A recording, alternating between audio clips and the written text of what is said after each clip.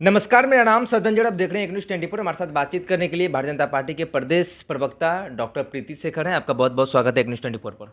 बहुत बहुत धन्यवाद आपका। क्या आपके प्रधानमंत्री नरेंद्र मोदी का मानसिक संतुलन बिगड़ चुका है? ऐसा मीसा भारती का आरोप है। उन्होंने ये भी कहा है कि आपके प्रधानमंत्री बूढ़े हो चुके हैं। देखिए, जो लोग नरेंद्र मोदी जी के ऊपर ऐसा आरोप लगा रहे हैं, दरअसल उनका मानसिक संतुलन बिगड़ गया होगा। क्योंकि पूरे देश ने देखा है, पूरी दुनिया ने देखा है कि एक व्यक्ति प्रधानमंत्री पद के पर रहते हुए कैसे वो निर्जला व्रत करके, कैसे वो राम मंदिर के अनुष्ठान में एक नेम निष्ठा को अपनाकर उन्होंने एक व्रत और अनुष्ठान लेकर उस पवित्र राम मंदिर के भव्य मंदिर निर्माण में अपना सहयोग दिया। पूरी दुनिया ने देखा कि एक व्यक्ति प्रधानमंत्री पद पर होते हुए पूरे देश में जो दौड़ते रहते हों, जनता के लिए सोचते रहते हों, जो रात की नींद भी अपनी फ्लाइट में पूरी करते हों, यह भी देश की जनता ने देखा है। इसलिए मीसा भारती जी हों चाहे कोई हो, मीसा जी से मैं बस इतना ही कहना चाहूँगी, नरेंद्र मोदी जी तो स्वस्थ हैं, वो पूरे देश और दुनिया में उनका डंका बज रहा है। लेकिन आप जरा सा बताइए मीसा जी, तेजस्वी जी, कि आप लोग अपने वोट के खातिर, अपने स्वार्थ में आप लोग इतने अंधे हो गए कि अपने एक बीमार पिता को, श्री लालू प्रसाद यादव जी, जिनका कि अभी इलाज भी चल रहा है, अभी वो बाहर से इलाज करा कर आए हैं, उनको अपने स्वार्थ में इतनी भीषण गर्मी में उन्हें मंच तक ले जाकर उनसे भाषण दिलवा रहे हैं। ये आपका संस्कार है? ये आपका पुत्री और पुत्र धर्म आपका कहता है? इसलिए नरेंद्र मोदी जी पर टिप्पणी करने से पहले आप पहले अपने गिरेबां में झांक कर देख लें, उसके बाद ही कोई टिप्पणी करें, यही मैं कहना चाहूँगी। 400 पार मजाक, 300 पार असंभव, 200 पार भी भाजपा को नहीं आने वाला, ये कांग्रेस कह रही है।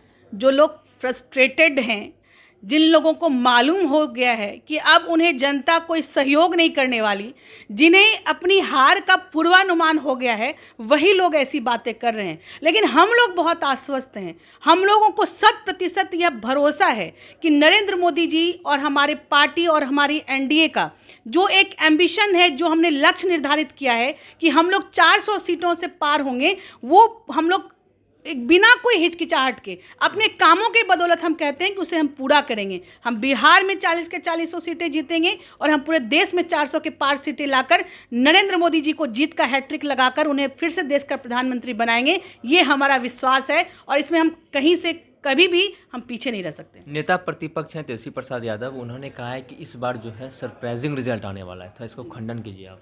एकदम सरप्राइजिंग होगा। दरअसल पिछले बार तो उन्होंने जैसे शून्य पर वो आउट हुए, तो इस बार भी वो शून्य पर आउट होंगे और सरप्राइज़ उनके लिए यही होगा कि उन्हें उनके सहयोगी दल भी इस बार वो मतलब उठने की स्थिति में नहीं रहेंगे। इसलिए उनके लिए सरप्राइज़ होने वाला है। दिल थाम कर बैठिए, दरअसल धीर गंभीर होकर आप जो मतदान है, जिस दिन हमारा परिणाम आने वाला है, उस दिन तेजस्वी जी आप गंभीरता से दिल पे एकदम कंट्रोल करके आप बैठिएगा अपने टीवी स्क्रीन के सामने, क्योंकि ना आपके साथ वही कुछ अप्रत्याशित होने वाला है। आपके साथ वैसा ही कुछ नया होने वाला है जो आपने कल्पना नहीं की होगी। आप अब यही देखेंगे कि फिर से प्रधानमंत्री नरेंद्र मोदी जी कैसे बनते हैं। इसको आप तैयार रहिए इस बात को देखने के लिए। एक लास्ट रिएक्शन, रोहिणी आचार्य और मीसा भारती चुनावी मैदान में है, इसके ऊपर कहते हैं? बहुत अच्छी बात है, उन्हें चुनावी मैदान में होना भी चाहिए, क्योंकि वो लालू जी राबड़ी जी की सुपुत्री हैं और वो तो सारण लोकसभा क्षेत्र से सीधे से सिंगापुर से लैंड हुई हैं। उन्हें बिल्कुल होना चाहिए, उन्हें हक है, क्योंकि वो दोनों नेता के पुत्री हैं। तो और बाकी आम कार्यकर्ताओं का थोड़े ही हक है, जो मेहनत करते, खून पसीना बहाते हैं राष्ट्रीय जनता दल के लिए, उनका तो अधिकार मार के वो आई हैं, तो इसलिए उनका हक है वो लड़े। उनके लिए मैं बस इतना ही कहना चाहूँगा। मैम, ये मैंने सवाल इसलिए पूछा था क्योंकि लालू प्रसाद यादव और राबड़ी देवी कहीं भी फील्डिंग करने के लिए नहीं गए, कैंपेन करने के लिए, लेकिन सारण गए, वो अपनी बेटी का नॉमिनेशन करवाया और पाटलिपुत्र, दोनों जगह वो अड़े हुए हैं। बिल्कुल, यही तो देखने वाली बात है कि जिस पार्टी के मुखिया सब समाज को साथ लेकर चलने की बात कहते हों, लेकिन यथार्थ में उनके लिए उनका समाजवाद सिर्फ परिवारवाद तक ही सीमित रह जाता हो, उनके लिए सबों को साथ लेकर चलना सिर्फ एक शिगुफा साबित होता हो और उनके लिए प्राथमिकता सिर्फ अपने बेटियों की सीट हो, तो पता चलता है कि आप जनता के लिए कितने गंभीर हैं और दूसरी तरफ आप अपने परिवार के लिए कितने संवेदनशील हैं। यह दिखता है लालू जी, यह समय बताएगा। आप सुन रहे थे भारतीय जनता पार्टी के प्रदेश प्रवक्ता डॉक्टर प्रीति शेखर को। सत्ता के दावेदारों के हिस्सों से कुछ सवाल जवाब है, बाकी सिलसिला चलता रहेगा। अब आपकी बारी, आपकी क्या राय है नीचे कमेंट बॉक्स में बताइए और देखते रहिए न्यूज़ 24 मेरे सहयोगी प्रिंस के साथ। मैं सतन जी, पटना।